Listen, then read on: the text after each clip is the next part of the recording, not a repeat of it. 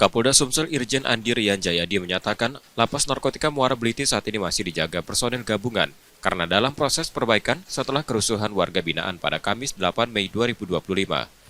Kapolda bilang penjagaan diutamakan di blok sel yang banyak terjadi kerusakan. Menurutnya selama perbaikan dikhawatirkan akses keluar masuk lengang, sebab itu penjagaan juga melibatkan unsur lainnya. Hingga Jumat 9 Mei 2025 siang, kondisi lapas sudah kondusif dan masih dalam proses penyelidikan terkait penyebab kerusuhan. Karena kalau situasinya belum diperbaiki, berarti kan masih bisa bebas keluar masuk mereka. Ini yang perlu dijaga. Jadi standby jenderal, Ya. berapa anggota jenderal yang ditempatkan di lapas? Kalau persisnya Kapolres mungkin yang lebih paham, silahkan saja. Tapi yang jelas kemarin di sana itu personil dari Batalion D Brimob itu bantu ke sana. Termasuk kemarin juga sempat kita kerahkan Polres-Polres tetangga, Polres Linggau, Polres Muratara.